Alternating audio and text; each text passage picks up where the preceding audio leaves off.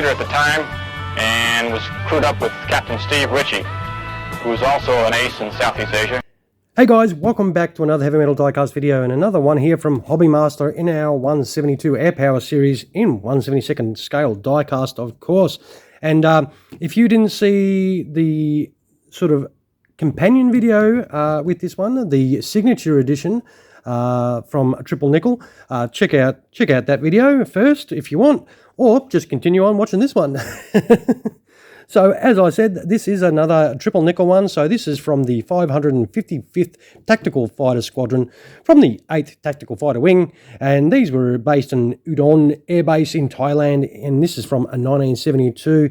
And this is the aircraft that would be piloted by Captain John Madden with Weapons Systems Officer Captain Charles DeBellevue. Now, Charles was normally a weapons systems officer for Steve Ritchie, as we noted in that prior video, but following Ritchie's 5th aerial victory, where he became an ace, he was removed from active combat, leaving DeBellevue on 4 aerial victories as WSO and without a pilot.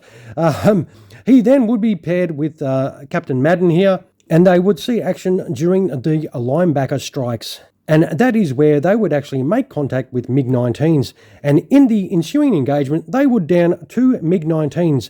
These would be Madden's 1st and 2nd aerial victories, but would elevate DeBellevue to ace status with 6 aerial victories, making him the highest American ace from the Vietnam War.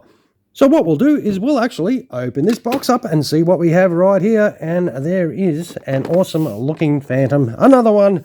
And this does have the normal deal in the flap and that cool looking Phantom in there, but it is no good in the box. This was a second-hand purchase, so we will open this up and check this awesome looking Phantom from Triple Nickel and see how good this bird looks. Alright, with this cool F-4D out of its box, it does come with the usual Hobby Master stand that these do come with. It does also come with the usual loadout these Phantoms do come out with through the Vietnam era. And we will get the lid off this so we can check out this awesome looking Phantom.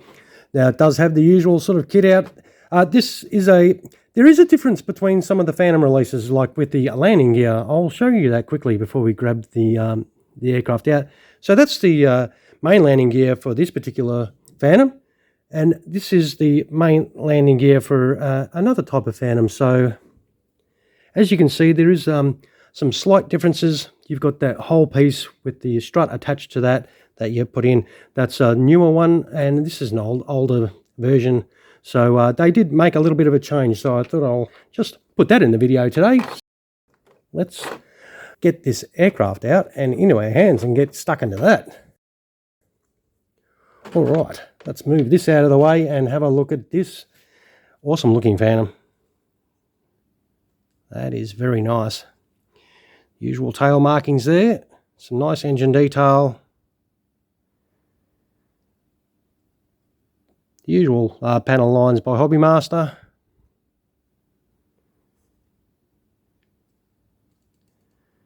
The canopies all do open. Sometimes I find it difficult to get these open with my slippery fat fingers. So I'm not even going to attempt this one today. We saw it in the previous video. It's identical inside. That is nice. As you can see, the 2 victory markings there, that is for the pilot, Captain John Madden. That is very nice. That is another awesome looking Phantom. That is cool. We will turn it over and have a look underneath. And as you can see, the usual sort of deal. Some great detail in there. But what we'll do is we'll kit this out so it's a more complete aircraft, and we'll come back with this setup in flight and with some ordnance on it. We'll be right back in a second. Alright, here we have Triple Nickel's F-4D Phantom set up for in-flight. And it is the same deal as the previous video, and the normal sort of Phantom Vietnam layout. You drop all your ordnance in for all the air-to-air missiles, and of course all your tanks, and it drops in the usual spots. Gear bay door covers go in their same positions as per usual. And it is a straightforward setup for in-flight.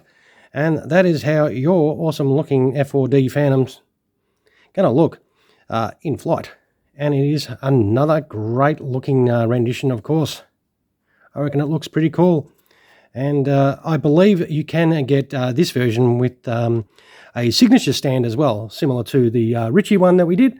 And this obviously is not. And speaking of stands, I suppose we better chuck this on the stand, of course. And you do have to remove that tank and, of course, the little grommets that were there, so that you can chuck it on that three-piece stand that you do get with these Phantoms, straight in those little holes, if we can get it in those little holes. This one doesn't want to line up. That's just because we're doing the video.